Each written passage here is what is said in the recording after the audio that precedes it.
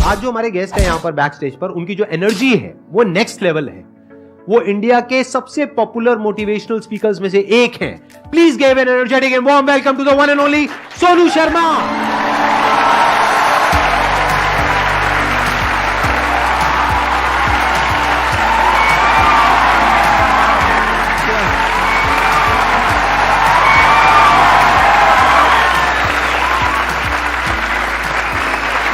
Please आइए। सबसे पहले तो गुस्सा है इन पे बहुत ज़्यादा। क्या गुस्ताखी हो गई सर? देखो, ऐसा होता है कि आपके जो ऑडियंस है ना, वो आपको बार बार प्रेशराइज कर रहे हैं। आप वहाँ गए, आप वहाँ क्यों नहीं जा रहे? अरे मैंने कहा अच्छी बदमाशी नहीं जाते हम।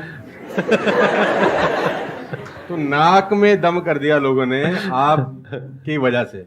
आना ही पड़ा। मतलब इतने मैसेज, अब तो 2-3 दिन से तो धमकी वाले भी आ रहे हैं, जाओगे कि नहीं जाओगे।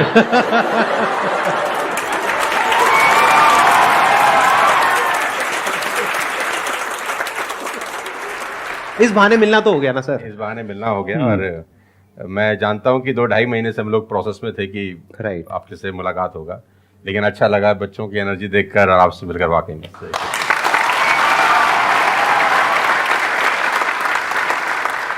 अब बताइए कौन है जो इनसे कुछ क्वेश्चंस पूछना चाहते हैं? मेरा क्वेश्चन ये है कि जब आपका लाइफ का एक स्ट्रगलिंग फेज था, तो उस टाइम पे आपको गिव अप करने का फीलिंग आया होगा, तो उस फीलिंग को हमें कैसे टैकल करना है, या फिर आपने कैसे टैकल किया? देखो, जब आपका वाई बहुत क्लियर होता है ना, तो आप गिव अप कभी भी नहीं करते। कोई भी चीज क्यों करना है, ये सबसे इंपॉर्टेंट रोल प्ले करता है। There is a book by Simon Sinek called learn your why, कि आप कोई भी काम क्यों कर रहे हैं, है ना। तो अगर आप उस किताब को पढ़ेंगे ना, तो आपको बहुत सारी चीजें सीखने को मिलेंगी। वाई बहुत इंपॉर्टेंट है। मतलब अगर आपका वाई क्लियर है ना, तो कोई भी ऑब्स्टिकल गिराने के बाद, आप गिरने के बाद, नीचे गिरने के बाद आप अपने आप उठ खड़े हो जाते हैं। तो वाई स्ट्रांग होना चाहिए, और वही लोग उठ नहीं खड़े होते हैं जिनका वाई स्ट्रांग नहीं है। मैं एग्जांपल देके समझाता हूं आपको। अब फॉर एन एग्जांपल मैं आपको वुडन स्ट्रोक दूं, 2 फुट जिसका विड्थ हो और 30 फीट जिसका लेंथ हो, और आपको बोलूं मैं यहां से वहां आपको ट्रेवल करना है उसके ऊपर चल के, और मैं आपको 10,000 रुपये दूंगा, तो आप चल लेंगे बहुत आराम से? आप सवाल को ट्विस्ट करते हैं। अब उसी फट्टे को मैं 100 माले की 2 बिल्डिंग के बीच में लगा दूं, अब आप चलेंगे?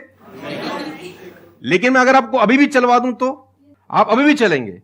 अगर आपको पता हो कि दूसरी बिल्डिंग में आपकी बेटी है और उस बिल्डिंग में आग लग गई है, और मैं आपको 1 रुपया भी नहीं दूंगा, फिर भी आप चलेंगे? बिकॉज आपका वाई क्लियर है। जब जब आपका वाई क्लियर होता है ना, तो कोई भी ऑब्स्टिकल, कोई भी गिरावट आपको कभी रोक नहीं सकती। लेकिन जब वाई क्लियर नहीं होता, तो छोटी से छोटी ऑब्स्टिकल भी आपको वापस ले जाती है जहां से आपने जर्नी स्टार्ट किया होता है। वाई इंपॉर्टेंट है। आप सबसे मेरा एक क्वेश्चन है, आप कैसे बनना चाहते हो? जैसे एक होता है कि जरा सा भी कोई थोड़ी सी भी प्रॉब्लम आई तो रोने लग गए, परेशान हो गए। एक ऐसी पर्सनालिटी आपकी हो सकती है कि आने दो, जो आ रहा है आने दो, देख लेंगे, संभाल लेंगे। वो किसके अंदर हो सकता है? जिसने बहुत सारी छोटी छोटी प्रॉब्लम्स को फेस किया है, वही तो बोल सकता है ना आने दो। इस बात को अच्छे से समझ लो कि स्ट्रांग बनते कैसे हैं। स्ट्रांग बनते हैं प्रॉब्लम से, फेलियर से, स्ट्रगल से, सक्सेस से नहीं। सक्सेस से तो दिमाग खराब होता है हम सबका। सच बता रहा हूं आप लोगों को। अभी आप लोगों के लिए सक्सेस बहुत इंपॉर्टेंट है ना। सक्सेस से कुछ नहीं होता है। सक्सेस जब मिल जाती है, हम अपने कंफर्ट जोन में चले जाते हैं और दिमाग खराब हो जाता है, ईगो बढ़ जाती है।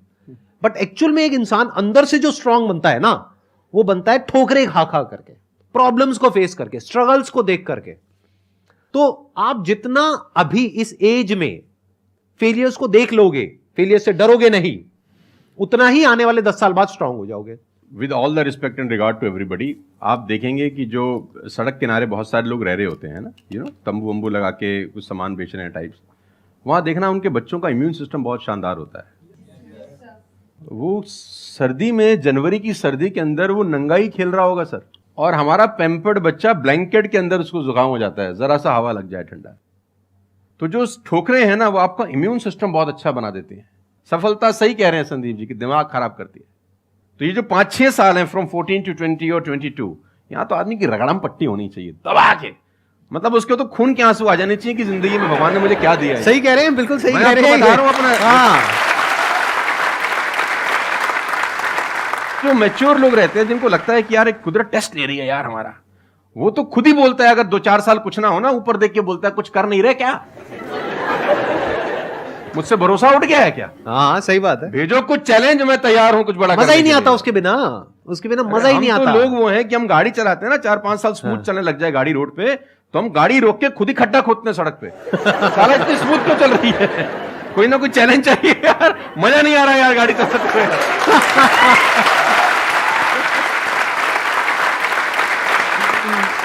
तो चैलेंजेस आपका इम्यून सिस्टम बहुत अच्छा करती हैं, और मेरे हिसाब से 14 और 20 साल का जो एज है, इसमें तो खूब पिटाई होनी चाहिए आदमी की, खूब रगड़ा पिट्टी होनी चाहिए, ताकि उसका इम्यूनिटी एक बार अच्छी हो जाए, बाकी का उसका जो 60-70 साल का जिंदगी है ना, वो लोहा हो जाता है। आपको खुद पे भरोसा रखना बहुत जरूरी है। दुनिया तो नहीं करेगी, ये तय है, दुनिया तो चड्डे में बम लगाएगी आपके। हाँ, तकलीफ ये नहीं है कि चड्डे में बम लगाएगी, तकलीफ ये है कि रिमोट भी अपने हाथ में रखेगी जब मन करे। हाँ, जब मन करेगी वो ठास। सही दुनिया बात पे है। भरोसा नहीं करेगी, ये तय है। लेकिन अगर आपने भी भरोसा नहीं किया अपने ऊपर, तो मुझे लगता नहीं है कि वो ऊपर जाएंगे तो वो खुश होगा। वो कहेगा मैंने क्या बना के भेजा था यार, तुमने साला खुद पे ट्रस्ट नहीं किया यार। मेरा ये मानना है कि आदमी पहाड़ की चोटी से गिर जाए ना, वापस खड़ा हो जाता है। ऊंट से गिर के भी खड़ा हो सकता है, लेकिन अपनी नजर में गिर जाए ना, फिर आदमी खड़ा नहीं होता कभी। हमारे को अपनी नजर में खड़ा होना है।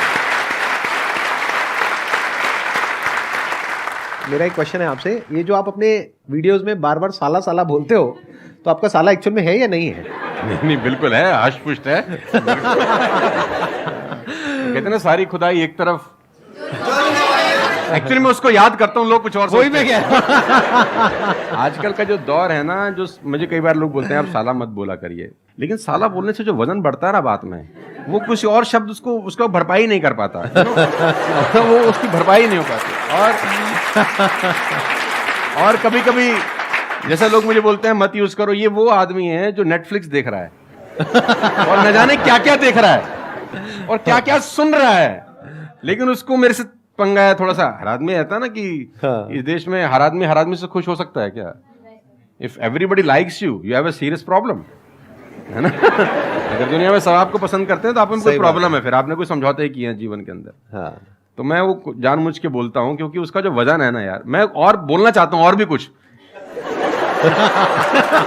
लेकिन रोक लेते हो।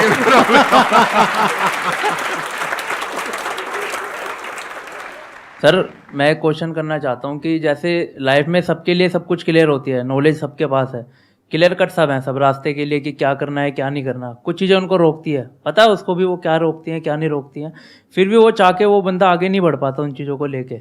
एक नेगेटिविटी उसको रोकती है और उसकी सराउंडिंग उसको रोकती है, मैटर करता है, उसको सब पता है करना क्या है, फिर भी वो रुकता है। सर इसके लिए कोई ऐसा आंसर दो, आज तक किसी ने दिया ना और क्लियर कट हो।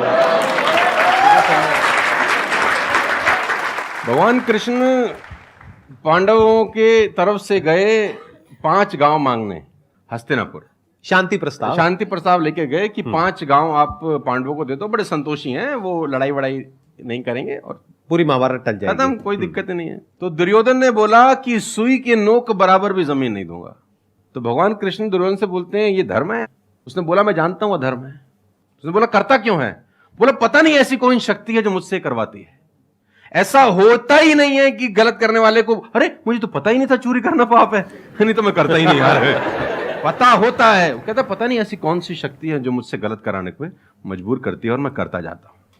कुत्ता रहता है ना, जो कुत्ता, उससे परफेक्ट एग्जाम्पल नहीं है। कुत्ता अगर रोटी चुरा के कहीं से भागेगा ना, आप ध्यान दीजिए, गौर करिए, कहीं से चुरा के भागे तो वो 3 गली दूर जाएगा, चोरी से खाएगा कि कोई देख तो नहीं रहा, चुरा के लाया है।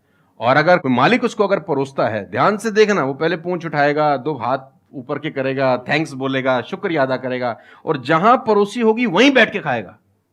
कुत्ते को भी पता है ये ईमानदारी की रोटी है, और उस कुत्ते को पता है कि सारा बेईमानी की रोटी है, वो 3 गली दूर जाके खाता है।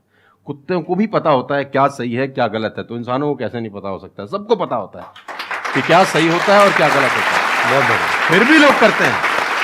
ऐसा हो नहीं सकता। Cigarette smoking is injurious to health, everybody knows ना।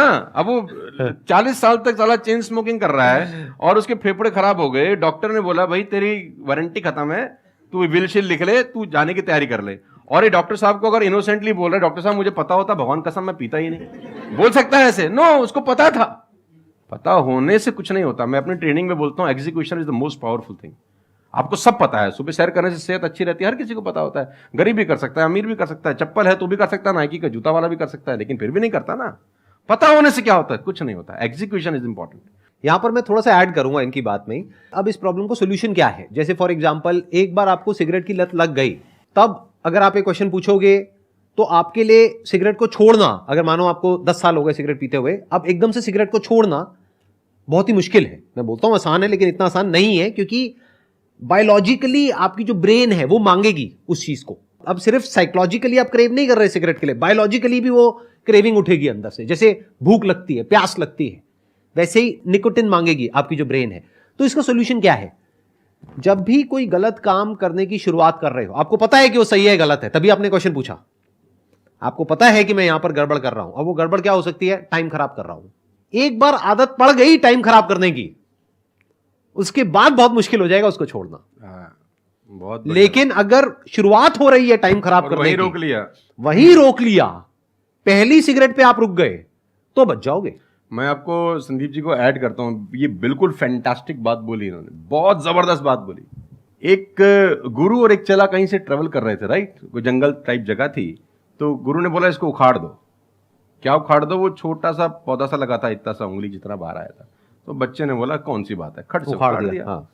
थोड़ा सा और आगे गए तो 2-2.5 फुट का एक छोटा सा पेड़ था। गुरु ने बोला इसको उखाड़ दे। उसने थोड़ा सा जोर लगाया, वो भी उखाड़ दिया। फिर 4-5 फुट लंबा पेड़ था। गुरु ने बोला अब इसको उखाड़ दे। थोड़ी सी उसको मेहनत लगी, लेकिन उसने फाइनली इसको भी रिमूव कर दिया। अब एक बरगद का पेड़ था करीब 20 फीट ऊंचा। गुरु ने बोला अब इसको उखाड़। बोला महाराज कैसी बातें करते हुए कैसे उखड़ेगा? बोला यही सिखाना चाह रहा था कि एक बार जड़ें गहरी हो जाए ना तो उसको उखाड़ना बहुत मुश्किल होता है।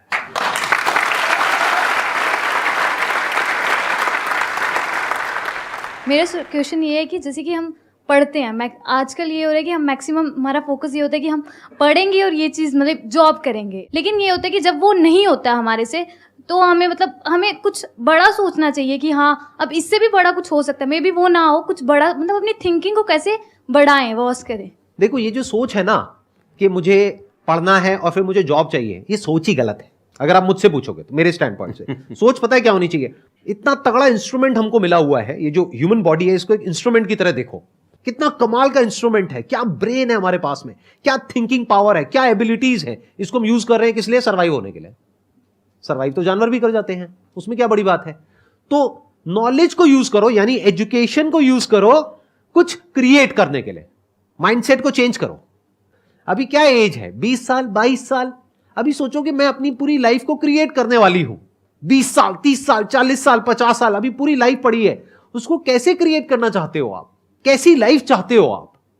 उसको क्रिएट करो और उस नॉलेज को, उस एजुकेशन को यूज करो उसको क्रिएट करने के लिए। अगर एजुकेशन सिस्टम से वो नॉलेज नहीं मिल रही है तो बाहर से ले लो। इंफॉर्मेशन एज बोलते हैं इसको। इंटरनेट पे भरी पड़ी है नॉलेज, नॉलेज की कहां कमी है? और अपने दिमाग को खोलो। सिर्फ ये लाइफ नहीं है कि मैंने यहां से पढ़ाई करी, उसके बाद में मुझे जॉब लग गई तो मैं सक्सेस हूं, जॉब नहीं लगी तो मैं फेलियर हूं। अरे नहीं, वो समय गया। आज अनलिमिटेड ऑप्शंस है। फिर भी अगर हम ऐसी बात करते हैं तो इसका मतलब क्या है कि अभी हमारा दिमाग खुला नहीं है, दिमाग बंद है। बोलते हैं ना, mind is like a parachute, it can't work unless it's open. तो दिमाग को खोलो, देखो दुनिया में क्या क्या हो रहा है। Job is not the only way to make money, there are lot of ways to make money. You must have that capability to create something of value for the society, for the world. अगर आप ऐसा कुछ कर सकते हो तो दुनिया तैयार है आपको पैसा देने के लिए। आप इसको ऐसे देखो, मैं आपसे एक क्वेश्चन पूछता हूं। आपकी लाइफ में मानो कोई बहुत बड़ी प्रॉब्लम है और वो किसी पर्टिकुलर प्रोडक्ट से या सर्विस से सॉल्व हो जाती है, आप पैसे दोगे या नहीं दोगे? देंगे। दोगे ना? तो और लोग भी तो आपको देंगे। इसी को तो बिजनेस बोलते हैं। मेरा एक वीडियो है, अगर टाइम मिले तो देखना, कि इस दुनिया में जंगल का शेर बनना, सर्कस का नहीं। शेर तो सर्कस में भी रहता है ना। अब वो जो चाबुक वाला ना उसको नचाता है, आग में से भी कूदने को बोलता है तो बेचारा कूद जाता है। उसको सिर्फ सहूलियत ये होती है कि उसको टाइम पे खाना मिल जाता है बस। लेकिन जो जंगल का शेर है उसको कभी मिलता है, कभी नहीं मिलता। उसको रोज हॉन्ट करना पड़ता है। Every day when the sun rises उसको भागना पड़ता है शिकार के लिए, नहीं तो वो शाम का अपना सूर्यास्त नहीं देख सकता, मर जाएगा। डेली भागना है, डेली दौड़ है, डेली लड़ाई है, डेली जंग है उसकी। लेकिन सर्कस के साथ कोई जंग है ऐसी नहीं। उसको धूप की तकलीफ नहीं है, धूप उसको पड़ेगी नहीं, बारिश उस पर आएगी नहीं, सेफ सिक्योर है, मस्त रह रहा है, उसकी टेक केयर हो रही है। लेकिन साला कोई जिंदगी है? बच्चे भी पूंछ पे हाथ लगा के चले जाते हैं जब पूंछ बाहर घूम रही होती है। अब यही पिंजरा हटा दो, अब बच्चे को बोल हाथ लगाइयो, है ना? तो जिंदगी में बनना, तो जंगल का शेर बनना, चैलेंजेस होने चाहिए। आराम से 2 टाइम का खाना मिल जाएगा, वो तो सर्कस वाली कहानी है, मुझे सूट नहीं करती। जंगल में रहे, खाना मिलेगा नहीं मिलेगा लेकिन शान से जिएंगे। 100 साल की नालायक जिंदगी से 30 साल की साले शानदार जिंदगी ज्यादा अच्छी है।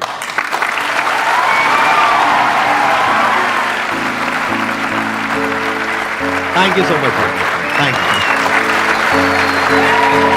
यू।